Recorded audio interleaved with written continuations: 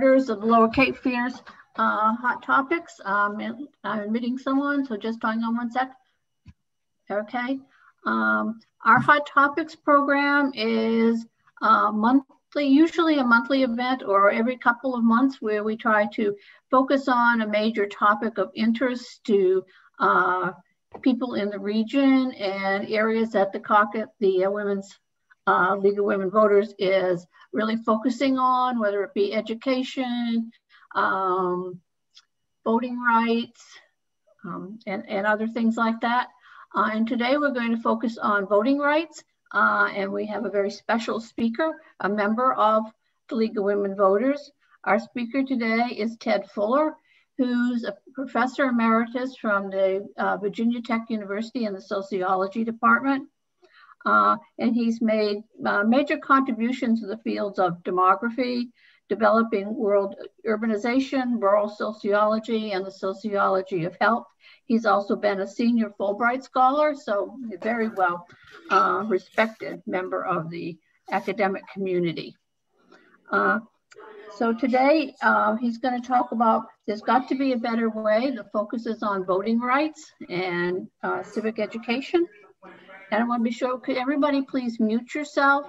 And if you want to ask a question, put it in the chat box, and we will I have saved the questions for the end for Ted to talk about, then to respond to. So I'm going to turn it over to Ted Fuller for There's Got to Be a Better Way.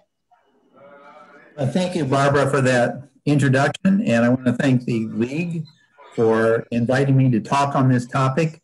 And I'd like to thank everyone for zooming in. I'm going to go ahead and share my screen now because I have a PowerPoint presentation. So where is my cursor? There's my cursor. Okay, share screen. There it is. Okay. As Barbara mentioned, I'd like to ask everyone to hold your questions until the end. Just put them in the chat, and we'll look at all those questions at the end. So I'd like to start by giving a brief outline of my talk. So first, I'm going to be just briefly explaining what is the National Popular Vote Bill. Then I'll explain what are some of the... Excuse me, Ted, I'm getting some noise in the background. I don't know if somebody's got a radio or a phone or something. Just double check, please. Yeah, there's some... Do you hear that, Ted? I do. I think it stopped. Okay, great. Okay, go ahead. I also wanted to talk about some of the problematic aspects of the current implementation of the Electoral College. And then cycling back to the National Popular Vote Bill, I'll talk about what are some of the objections that people have made and what are the counter arguments to those objections. I use many sources of information for this talk, but one of the key sources is a book called Every Vote Equal that's available. Well, and the other major source that I've used is the nationalpopularvote.com website. The book, Every Vote Equal, is available in PDF form at the nationalpopularvote.com website. And also that website has more updated information. And the book is also available through Amazon and probably other sources. But okay, so what is the National Popular Vote Bill? The National Popular Vote Bill will guarantee that whoever wins the national popular vote will become the president. It is more specifically, it's an agreement among states to base the election of the president of the United States on the popular vote. Each state that passes the bill agrees to award all of their electoral votes to the candidate who wins the national popular vote. This does not require a constitutional amendment or even any congressional action. It simply requires legislation at the state level. This legislation is called the National Popular Vote Bill. The bill will not take effect until enough states pass the bill so that collectively they have at least 270 electoral votes, which is enough votes to elect the president. This solution is realistic. In fact, the movement is well on its way to success. Enough jurisdictions have signed on so that collectively they control 195 electoral votes. To be clear, the National Popular Vote Bill does not eliminate the Electoral College. It just modifies how it works. That's why no constitutional amendment is required. In my view, this bill will be a large step toward democracy, so the will of the people will indeed determine who our president is. So why is the current implementation of the Electoral College problematic? Why are we even talking about changing it? Well, as you know, under the current winner-take-all system, 48 states give all of their electoral votes to the candidate who wins the popular vote in their state. What's wrong with that? Before I answer that question, I'd like to point out that the founders engaged in a great deal of discussion about how the president should be selected. They voted on many proposals on how the president should be elected. None of the proposals matches our current system. The final result was not necessarily their best work. James Madison, pictured here, later wrote the following about the plan of how to select the president. Quote, "It was not exempt from a degree of the hurrying influence produced by fatigue and impatience in all such bodies." In other words, there was not some final insight that this was the best way to select the president. Rather, when everyone was exhausted from all the arguments, some committee cobbled together a compromise that they thought would be acceptable. So what does the Constitution actually say about the Electoral College? Article 2, Section 1 states that each state shall appoint in such manner as the legislature thereof may direct a number of electors equal to the whole number of senators and representatives to which the state may be entitled in the Congress. That's it. That's all the guidance that the Constitution gives about how the Electoral College should work. Note that it does not say that all electors from a given state must vote for whoever wins the popular vote in that state. In most states, all electors currently vote for whoever wins the popular vote in their state, but they could just as easily vote for whoever wins the national popular vote. So having said that, there are several problematic aspects to the current implementation of the Electoral College. Majority rules is a treasured principle in our country, but ironically, it does not apply to our presidential elections. The presidency is the only elective office that represents all the people in the country, and yet the president is not selected by majority vote or even a plurality of votes. Unfortunately, when the winner gets millions fewer votes than the loser, this arguably undermines our claim to be the world's greatest democracy.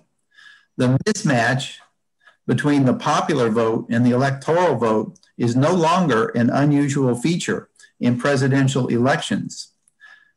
Overall, through our history, 5 of 46 presidents did not win the national popular vote. In the last 6 presidential elections, there have been 2 second place winners and 2 near misses.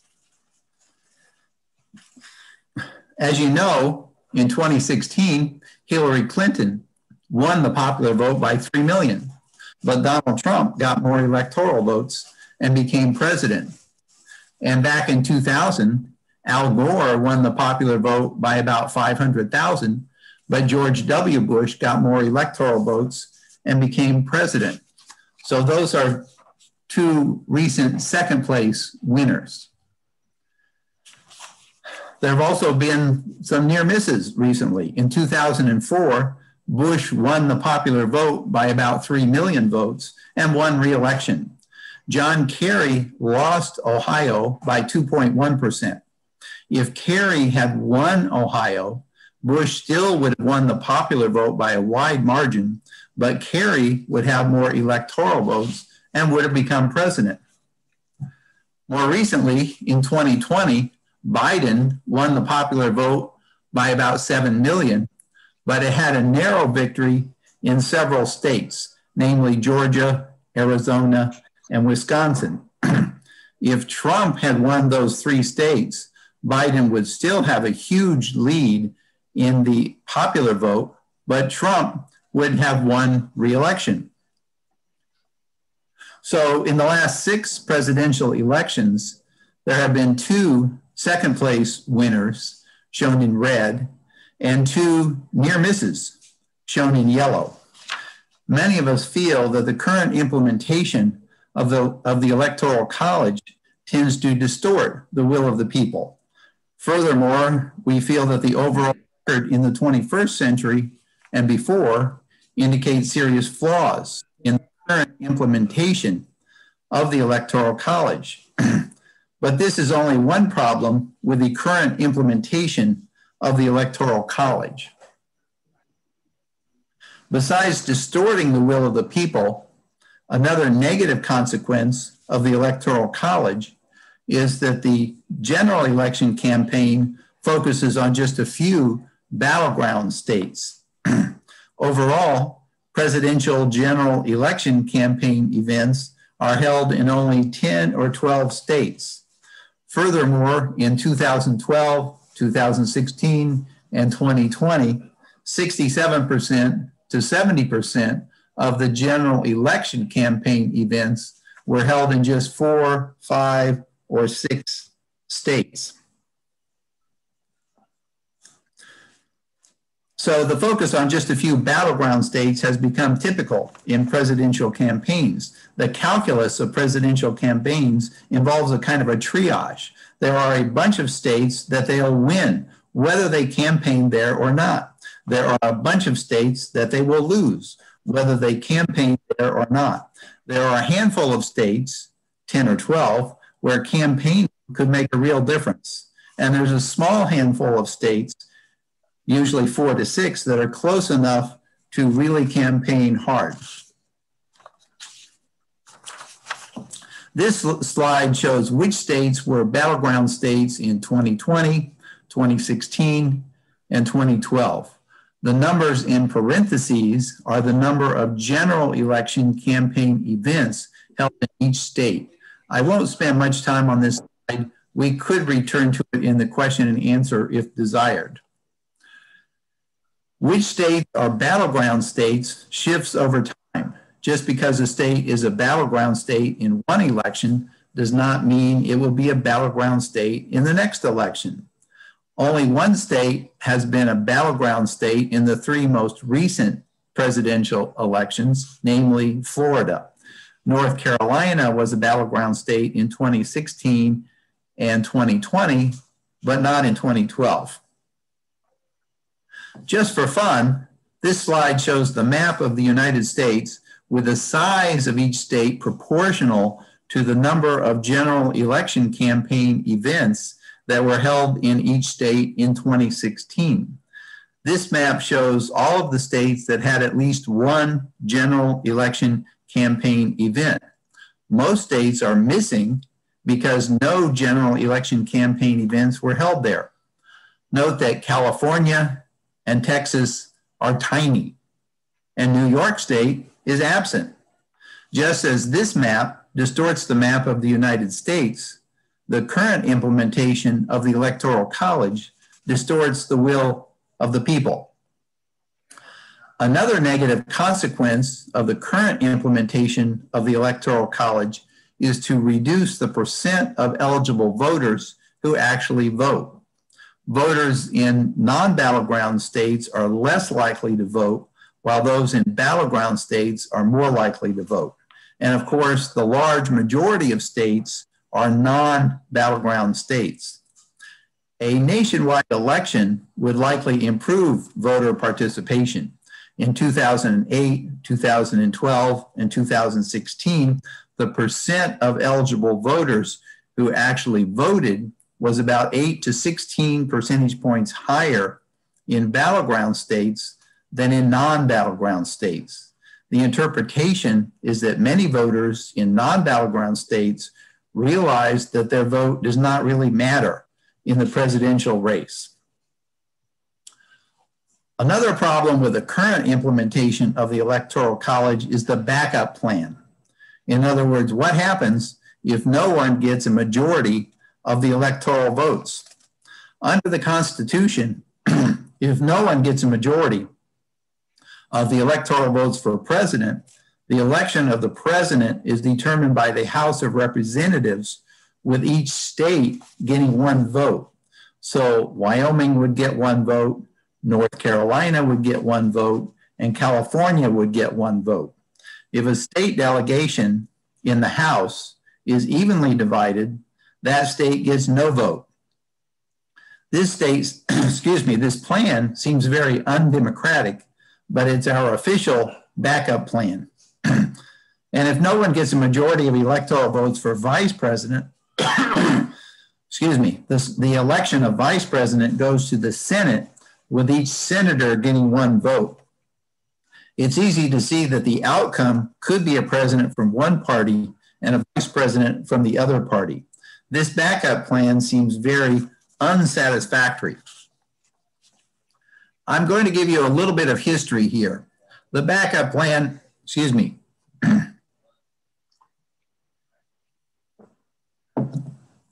the backup plan has not been used for a long time. In fact, it's only been used twice. The election of 1800 pitted Aaron Burr against Thomas Jefferson. This was before most states even had a popular vote for president. The House of Representatives had a dickens of a time deciding who the president should be. The House voted 35 times. Not surprisingly, each state kept voting the same way over and over again. It was a deadlock. Finally, Alexander Hamilton did some backroom trading and convinced a few of Burr's supporters to abstain from voting, which threw the election to Thomas Jefferson, who then won on the 36th ballot. The presidential election of 1824 was also thrown into the House of Representatives. Prior to 1824, electors were generally chosen by the state legislators rather than by popular vote. In 1824, some state legislatures still selected the electors, but 1824 was the first election in which a majority of eligible citizens could vote directly for presidential electors. In the presidential election of 1824, there was a four-way race for president. Andrew Jackson emerged as the leader in the popular vote and the leader in the electoral vote, but he did not have a majority of electoral votes. In this case, the balloting did not drag on. John Quincy Adams won a majority of states on the first ballot and emerged as president, even though he had trailed in both the popular vote and in the electoral vote. Adams' victory may well have been a result of a backroom deal. History tells us that Henry Clay, who was one of the four candidates for president, Henry Clay played a central role in corralling enough votes for Adams to win, and Clay wound up being Adams' Secretary of State. So the backup plan has not been used for a long time. That doesn't mean that the election can't be thrown into the House of Representatives again, with each state getting one vote. It almost happened in 1968. George Wallace ran as a third-party candidate and had a great deal of support in the South. He emerged with 46 electoral votes. If the election had been closer, Wallace's 46 electoral votes might have deprived both Nixon and Humphrey of having enough electoral votes. But most of you will remember that Nixon was elected in 1968. In fact, this episode put such a scare into the politicians that there was almost enough support for a constitutional amendment to eliminate the Electoral College and have a pure popular vote system. There was very widespread support for this. Polls at the time indicated that 80% of people wanted to do away with the Electoral College. This proposed change was bipartisan. It was widely supported by Republicans and Democrats. In the end, the amendment failed due to a filibuster carried out by Southern Democrats. As you may remember, this was before many white Southerners moved over from the Democratic Party to the Republican Party. Could it happen again? The backup plan probably would not come into play with a third-party candidate who has wide national appeal but no regional base. For example, Ross Perot got about 10% of the national popular vote, but emerged with no electoral votes. The experience of George Wallace in 1968, however, shows that there's a real chance that a third-party candidate who has strong regional appeal could throw the election into the House. For a hypothetical but more contemporary scenario, suppose the Green Party became very strong in California and won a plurality of votes in California. This would deprive both of the two major party candidates of California's 55 electoral votes, and this could possibly throw the election into the House. But what if there are only two main candidates, as we usually have? Surely one of them would get a majority of electoral votes. Not necessarily. There are 538 electoral votes. Clearly, it's mathematically possible for there to be a tie in the electoral vote, 269 to 269. In that case, the backup plan would be activated. The House of Representatives would decide who the president would be, with each state getting one vote. In fact, it nearly happened in 2020. As I mentioned before, Trump narrowly lost Wisconsin, Arizona, and Georgia. This slide shows the vote totals for Biden and Trump in those three states. Biden won in Wisconsin by about 20,000 votes. He won in Arizona by about 10,000 votes. And Biden won in Georgia by 11,779 votes. This led to the infamous call from Trump to the Secretary of State in Georgia, asking him to, quote, find 11,780 votes. That would be exactly the number Trump would need to win Georgia. Trump ended up losing those three states by a total of 42,918 votes. If Trump had won those three states, he would not have won the electoral vote outright. There would have been a tie, 269 to 269. In that case, the election would have been decided by the House of Representatives, with each state getting one vote. With the current makeup of the House, it's clear that Trump would have won re-election, even though Biden won the popular vote by 7 million votes. Surely we can say that the backup plan for the Electoral College is very undemocratic.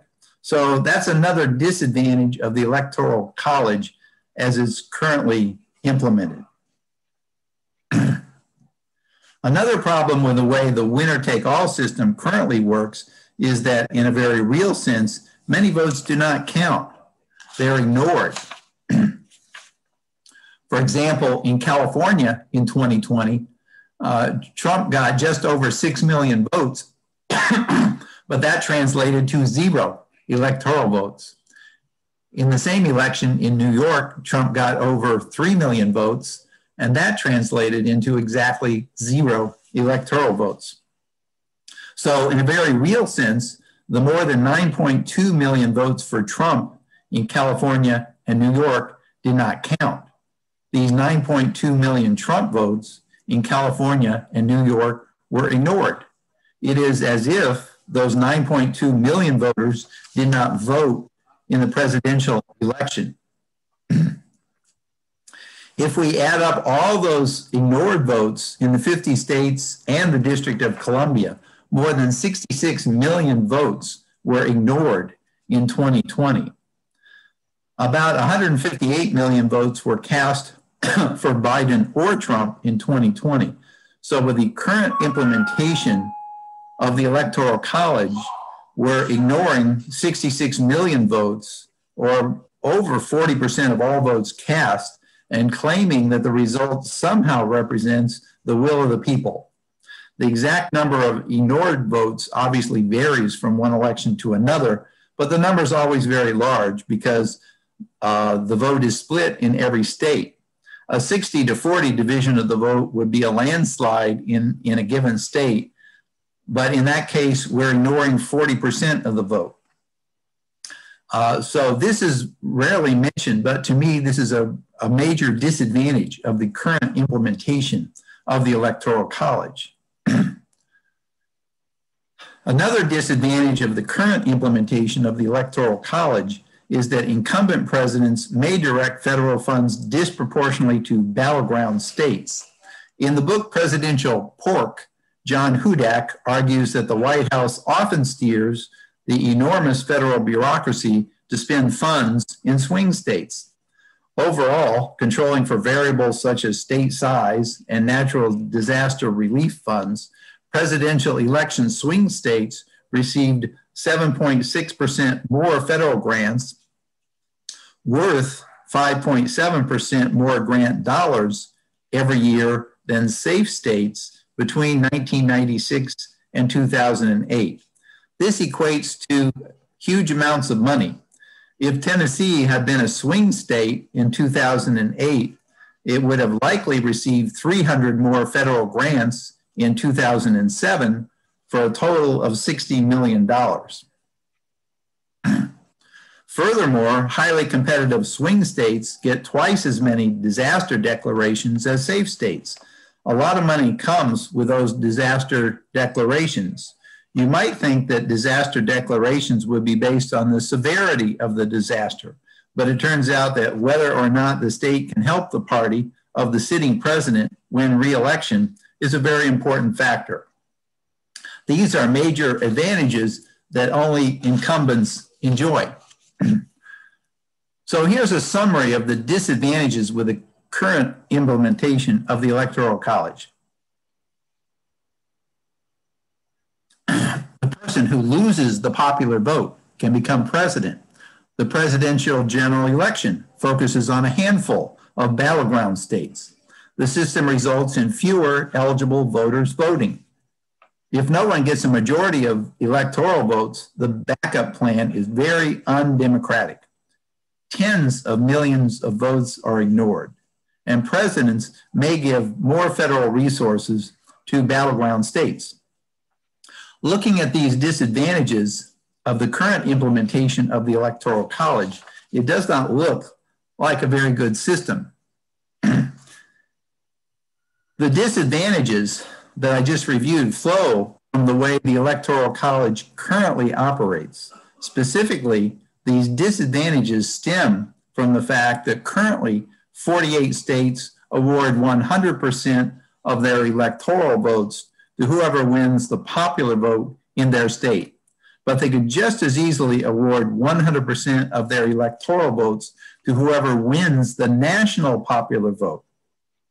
As I explained at the beginning, the way to get from here to there is by means of the National Popular Vote Bill, which is basically a law that individual states can pass that pledges all of their electoral votes to whoever wins the national popular vote.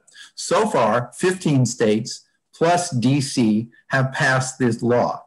It does not take effect until enough states pass the law so that collectively they have enough electoral votes to determine the outcome of the presidential election, namely 270 electoral votes. Many objections have been raised about the National Popular Vote Bill, and I want to review some of these objections along with the counter-arguments. For this, I rely heavily.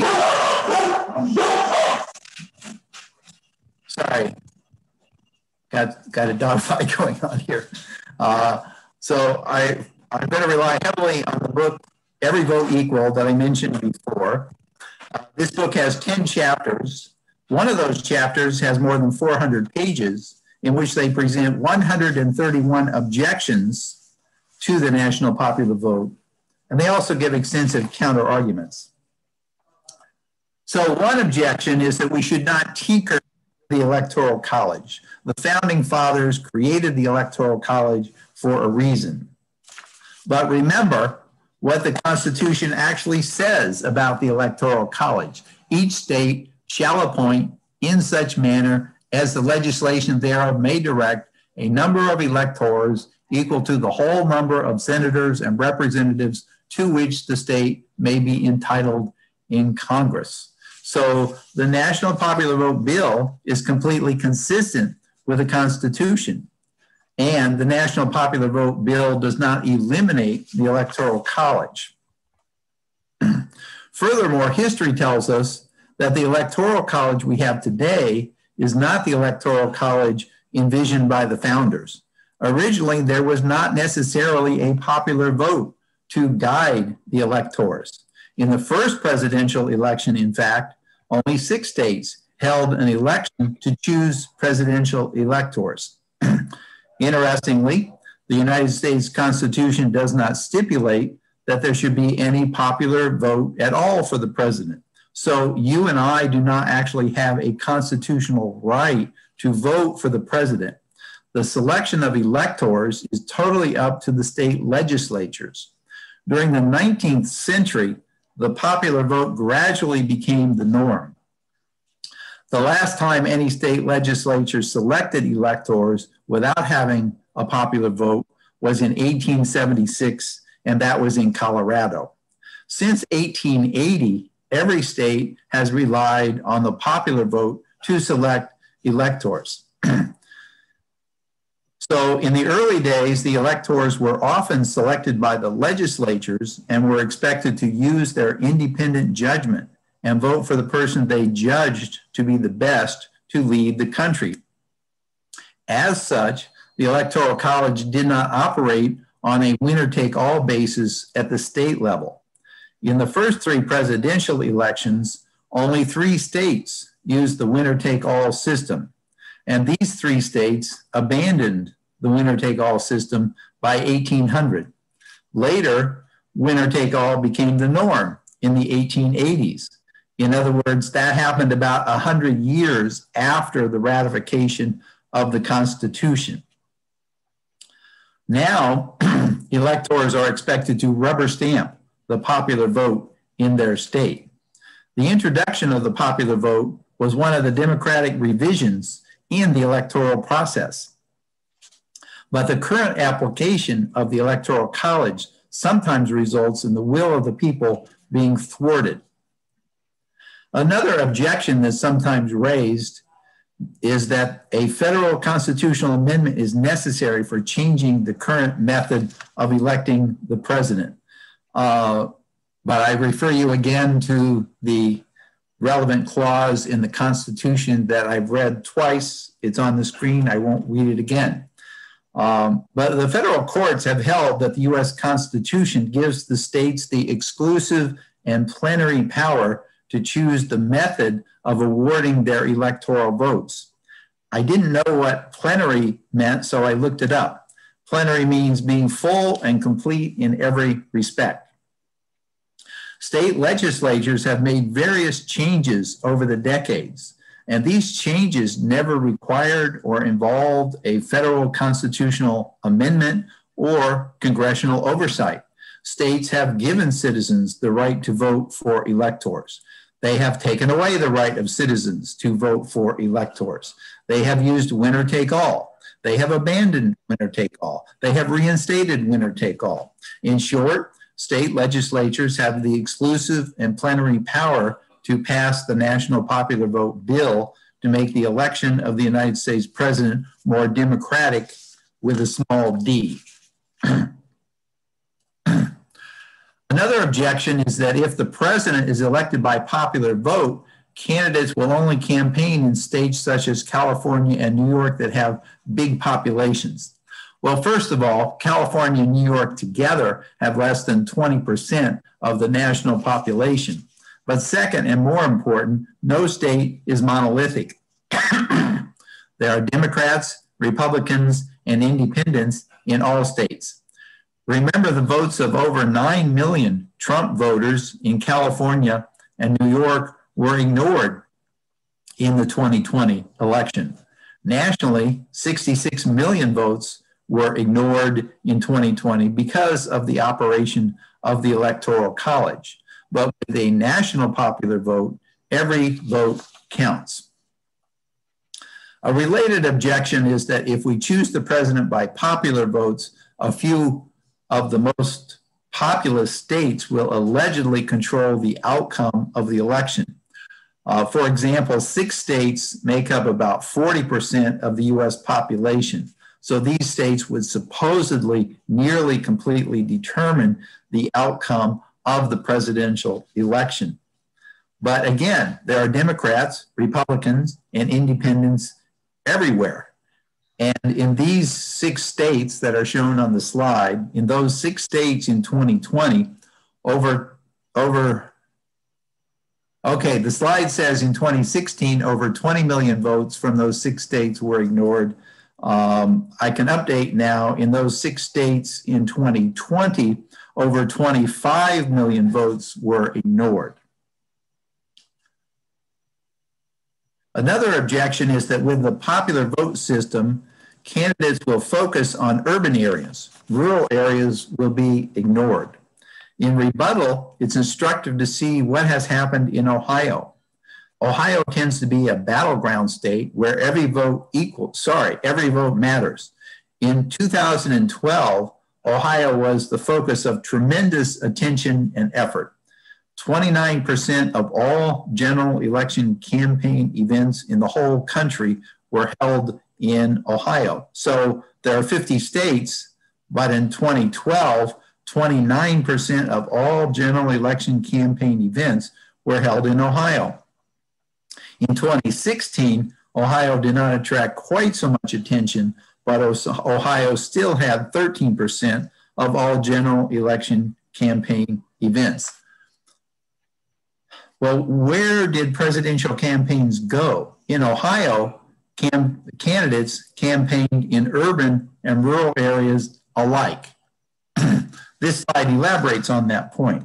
This slide shows the number of general election campaign events in 2016 held in big metropolitan areas, medium-sized metropolitan areas, and non-metropolitan areas. And it shows that the number of those events was basically proportional to the percent of the population living in those areas.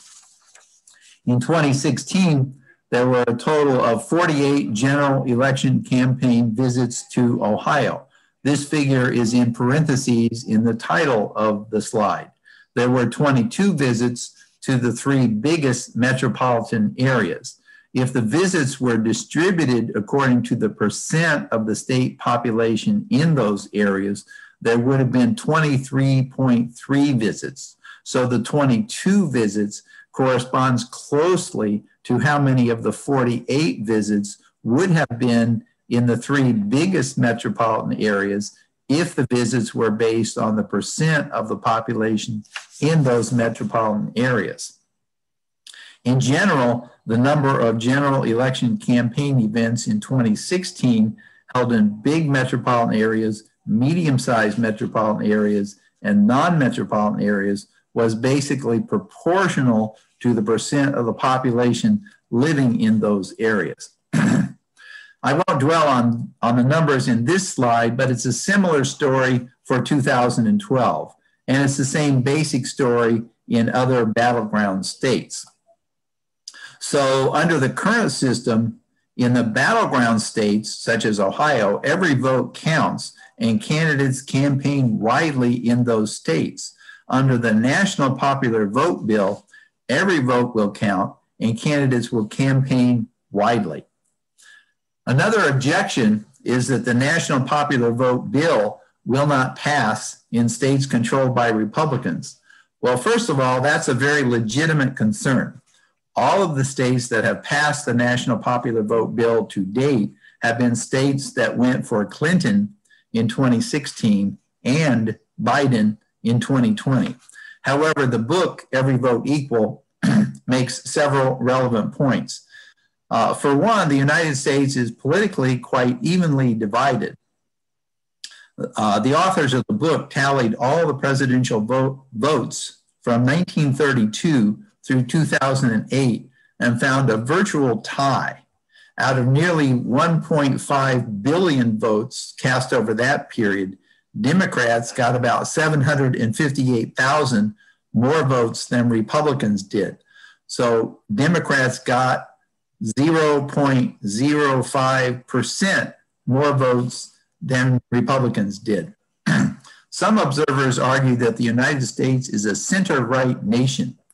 If so, Republicans should do well under the national popular vote. Also, the national popular vote bill has enjoyed Republican support. When New York State passed the national popular vote bill, Republicans controlled the state Senate, and the bill had broad bipartisan support. So the Senate was controlled by the Republicans, and as you see from the screen, there was tremendous support from both Republicans and Democrats when the national popular vote bill was passed in New York State. The New York State Assembly was controlled by Democrats, and a majority of Republicans and a large majority of Democrats in the Assembly voted for the national popular vote bill. Furthermore, a majority of voters support the idea of the national popular vote.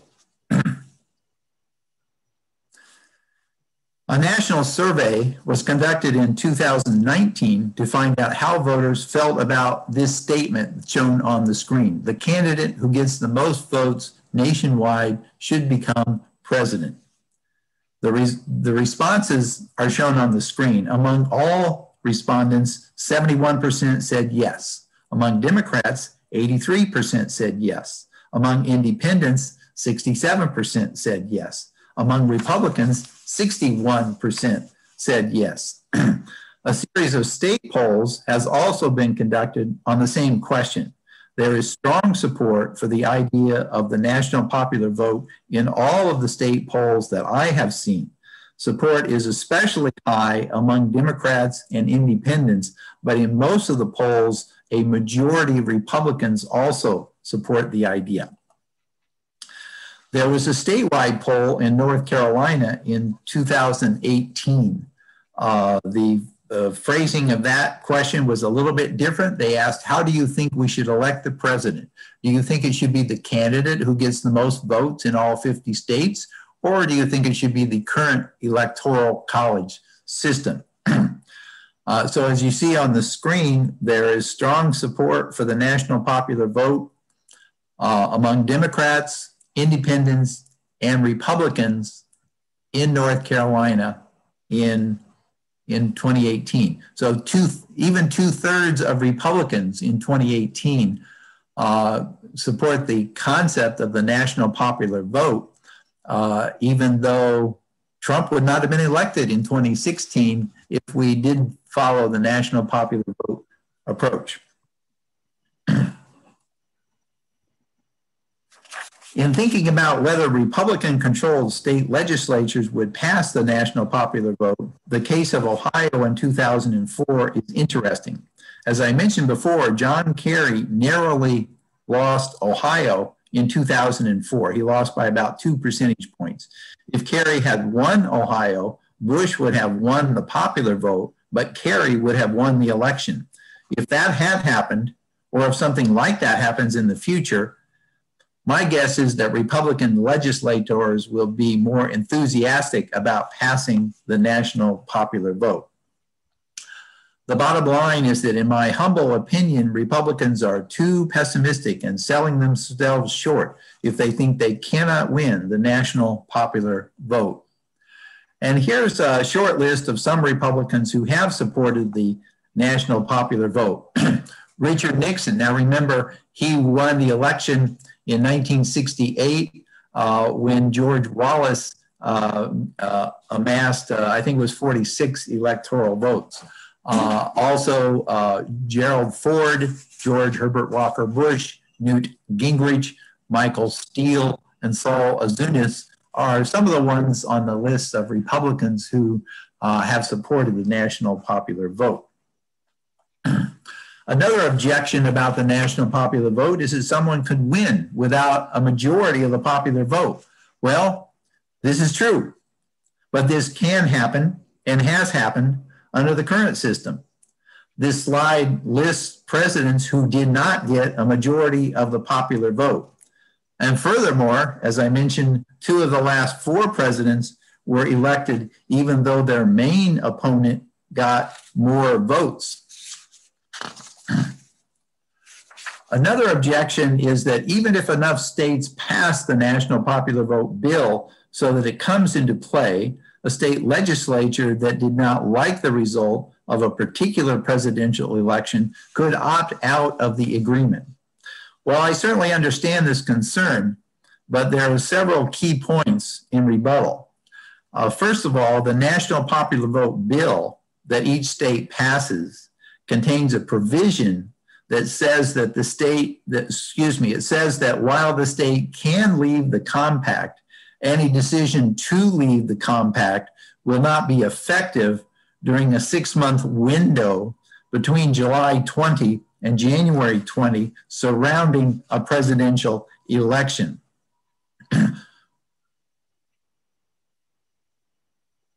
So if a state legislature did not like the outcome of the election in early November, they might assemble and take themselves out of the national popular vote, but removing themselves from the compact would not take effect until after January 20. And in the meantime, they would be casting their electoral votes in December based on their belonging to the compact. So basically, it would be against the state's own law to withdraw from the election. Furthermore, federal law is very clear that each state's electors must be selected by laws enacted prior to the election in November. So if a state legislature attempted to change its election law after the election, that would be a violation of federal law. And furthermore, the national popular vote bill is not just a law. Technically, it's an interstate compact. The United States Supreme Court has been clear that an interstate compact is a contract. Any state that passes the law has made a contract with all the other states in the compact. If a state does not live up to its obligations under the compact, the other states can sue the offending state in federal court. It is established law that states are bound by compacts and cannot withdraw from the compact except under the terms laid out in the compact. And furthermore, after the 2020 election, we had a sitting president who put pressure on various state and local officials to change the popular vote count, and also lobbied state legislators to change the electoral vote in spite of the popular vote in their state. Virtually no state or local officials bowed to this pressure, and no state legislatures reversed the election results. I call this a stress test. And since none of the state officials bowed to the pressure, that is an additional reason to think that a state legislature that did not like the result of a particular presidential election would not opt out of the agreement. Another objection that's sometimes made to the national popular vote is that it would mean the end of the two-party system. There could be many candidates, and someone could win with a small percent of the popular vote. Now, again, I understand the reason for this concern. Under the national popular vote bill, the person who gets the most votes would win. A majority is not needed. There is no provision for a runoff. So there's a theoretical possibility that the popular vote could splinter into 3 major parties or 4 major parties or whatever. But the book, Every Vote Equal, argues convincingly that this is not a problem. And they make several points. One key argument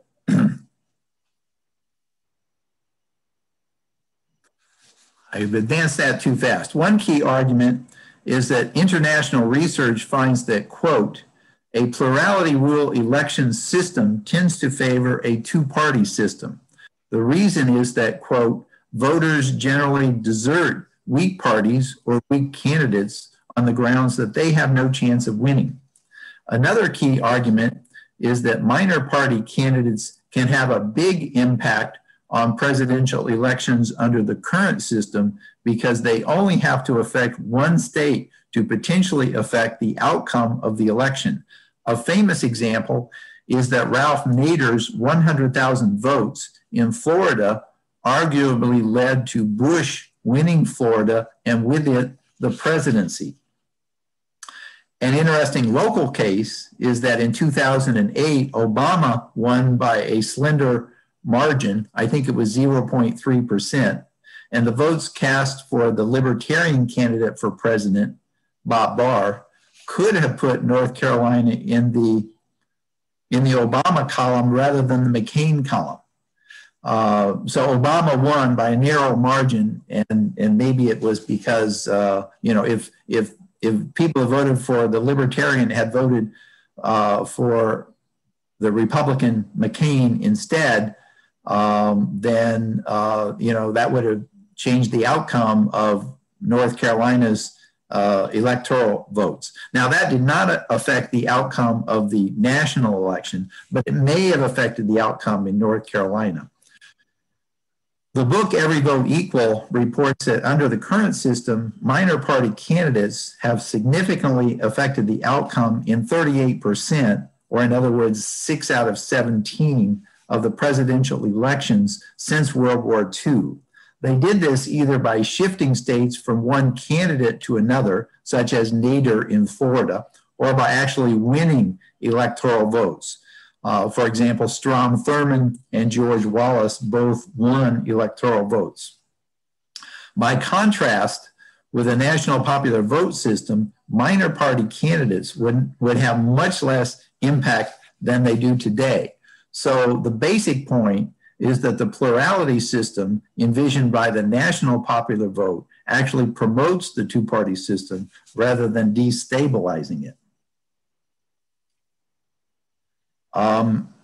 As I mentioned, the National Popular Vote Bill is technically an interstate compact. So another objection that is sometimes raised is that interstate compacts are somehow weird and esoteric. In rebuttal, I would certainly agree that interstate compact is probably not a household word or household phrase. What is an interstate compact?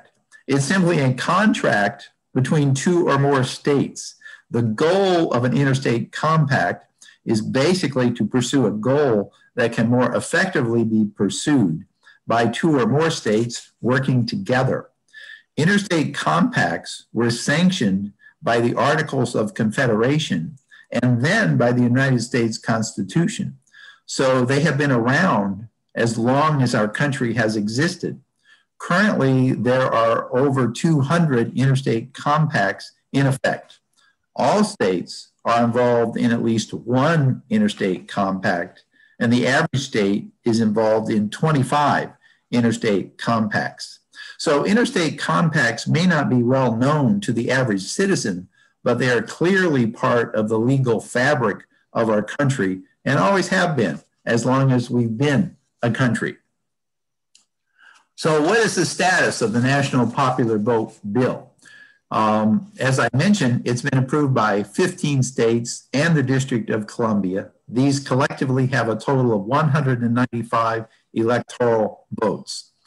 The 15 states include 4 big states listed on the slide, 7 medium-sized states listed on the slide, and 4 small states. And of course, the District of Columbia. The District of Columbia has passed the National Popular Vote Bill. How close are we to guaranteeing that whoever wins whoever wins the popular vote will become president. Well, as I just said, 15 states have passed the bill, plus DC. They control 195 electoral votes. 195 is about 72% of 270. So we are about 72% of the way to guaranteeing that whoever wins the popular vote becomes president. In addition, and I think that was on the previous slide, at the very bottom of the previous slide, it mentions that the national popular vote has been passed in one legislative chamber in 9 additional states. And those 9 states collectively control 82 electoral votes. So if those 9 states end up passing the national popular vote, that will certainly be more than enough for it to come into effect. What has been the pace of progress toward approving the national popular vote? The national popular vote movement basically started in 2006. There was a flurry of activity from 2007 through 2011 with one or more state legislatures or one or more states passing the bill in each of those first few states. Then there were a couple of gaps. The process kind of slowed down. Then there was a strong momentum in 2019 after what happened in 2016. So that's where we are. So I'd like to go back to a summary of the disadvantages of the current implementation of the Electoral College and compare that to the national popular vote. So there are notes in purple italics, and that tells us what would happen under the national popular vote. One disadvantage with the current implementation is that the person who loses the popular vote can become president. But by definition, the person who wins the popular vote becomes president. Another disadvantage of the current system is that the presidential general election focuses on a few battleground states. With the national popular vote, every vote is important, so every state is important. There are no battleground states. A third problem with the current system is that it results in fewer eligible voters voting. Again, with the national popular vote, every vote is important. Republicans in California and Democrats in Alabama will feel like their vote matters. So a higher percent of the electorate will vote. Another problem with the current system is that if no one gets a majority of the electoral votes, the backup plan is very undemocratic. But once the national popular vote bill takes effect, the backup plan will never be needed. Another problem with the current system is that literally tens of millions of votes are ignored. But under the national popular vote system, no votes are ignored. It's like virtually every other election in America, whoever gets the most votes wins. And another problem that I mentioned with the current system is that presidents may give more federal resources to battleground states. But with the national popular vote, there are no battleground states.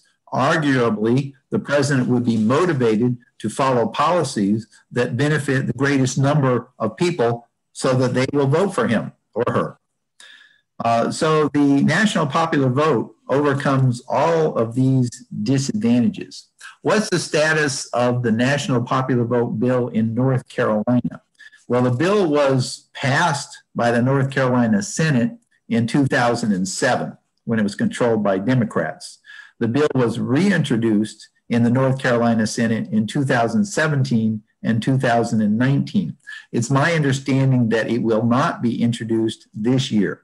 The reason is that due to COVID, there's a limit of 15 bills that any legislator can introduce. Since it's unlikely to pass, no one is introducing the national popular vote bill this year. So at this point, the emphasis is on educating the grassroots and also contacting state legislators to let them know that there is growing support for the bill.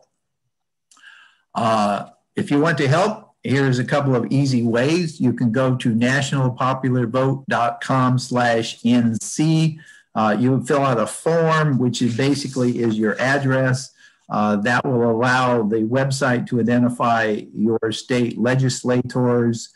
There are actually several variations of draft emails that you can send or even edit before you send.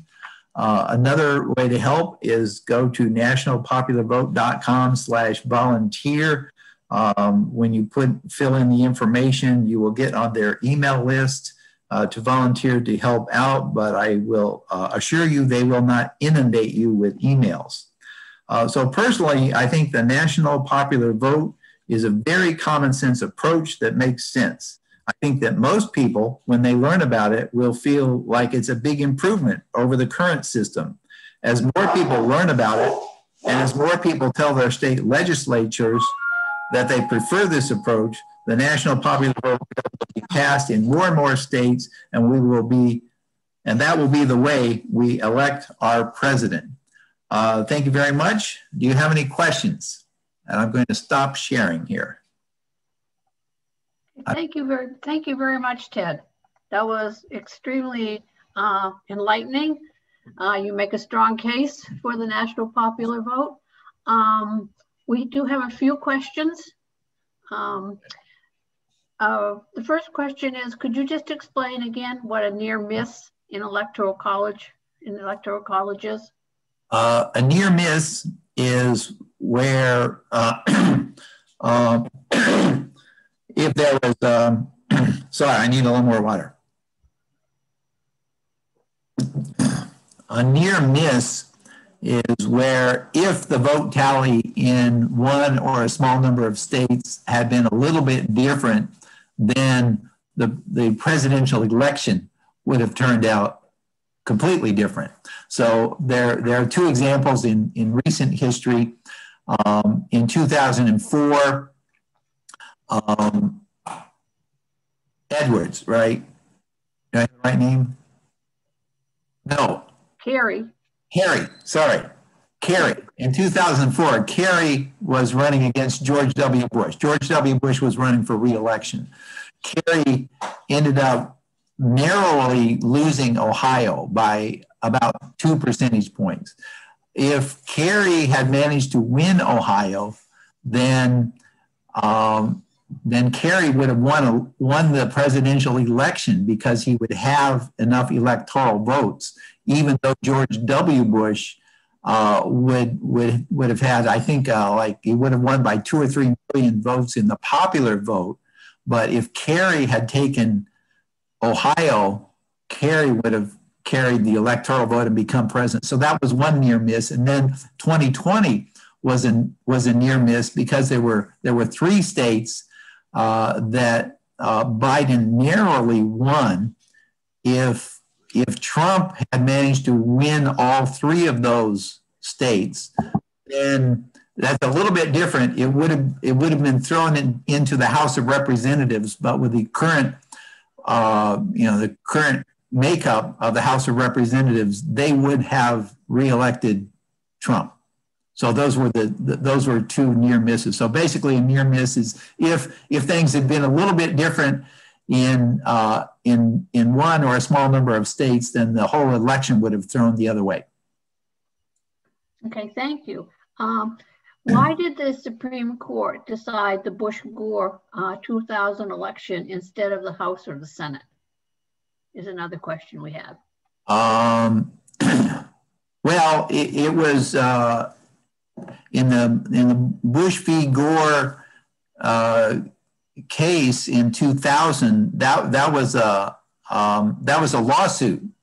The Bush campaign was bringing a lawsuit basically against the state of Florida to get the state of Florida to stop counting votes because it was going on for seven weeks, and I don't want to go into what were the merits of the case, but it was a court case, so it went to the Supreme Court.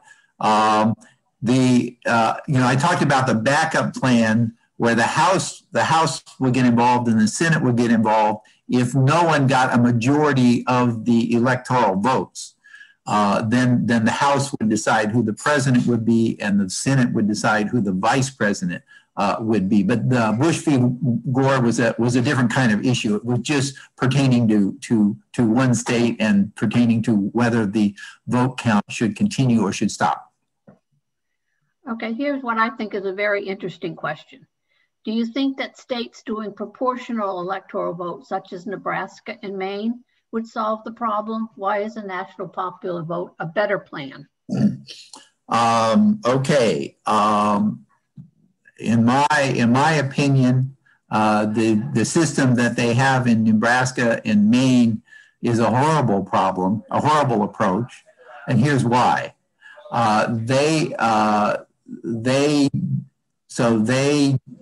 award their electoral votes depending on the vote outcome in the congressional districts and then the statewide. So they get 2 electoral votes. Each state gets 2 electoral votes because they have 2 senators. So the statewide vote determines that one, and then they look at the vote within each congressional district.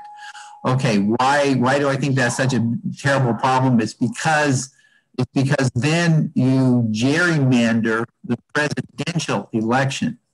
So for example, looking at the congressional races in North Carolina, Democratic candidates for Congress in North Carolina in 2020 actually got more votes than Republican candidates for Congress. And yet the Republicans got 8 of 13 congressional seats in North Carolina. That's because it's gerrymandered. So if the presidential race was also awarded by congressional district, that would gerrymander the presidential election as well. So I don't like that approach. Okay. Has the League of Women Voters taken a stand on the national popular vote, either nationally or states? The League of Women Voters of North Carolina has not taken an official stand on it. My understanding is the state leaders are very, they're basically supportive of it, but they haven't taken an official stand. The League of Women Voters of the United States has officially endorsed the national popular vote bill, and I wish I could give you the year, but it was quite a while ago that they endorsed it. So yes, the National League of Women Voters has endorsed this approach. Okay, I think I have one more question. I know it's getting late. Most of your polls were done before the current wave of voter limitation bills. If Republicans are afraid of people of color voting, how will they ever support the national popular vote? Well, that's a good question. As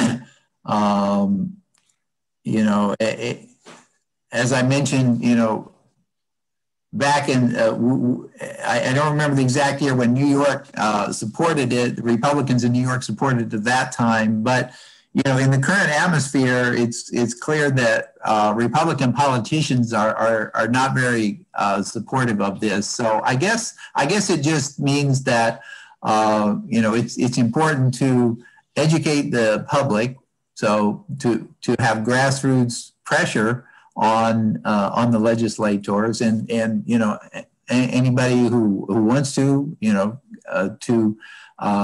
directly contact their legislators and say, this is something that, this is a change that we think should be made. So basically it's a matter of, having enough public support for the idea. But with the current climate of Republican legislators, it's far from a slam dunk, of course. Okay, this has been great. I think we could probably sit around here and have a great discussion for the next hour or so about this process. But it is getting late, and we probably have to thank Ted for doing so much research and presenting it in such a knowledgeable way. Before we go, though, I want to make sure that everyone knows that the League of Women Voters of the Lower Cape Fear will be having its annual meeting on June 12th at 10 a.m. And we hope everybody can come and participate, encourage others to do that, so we can think about where we want to go in the next year, maybe make the national popular vote our #1 issue.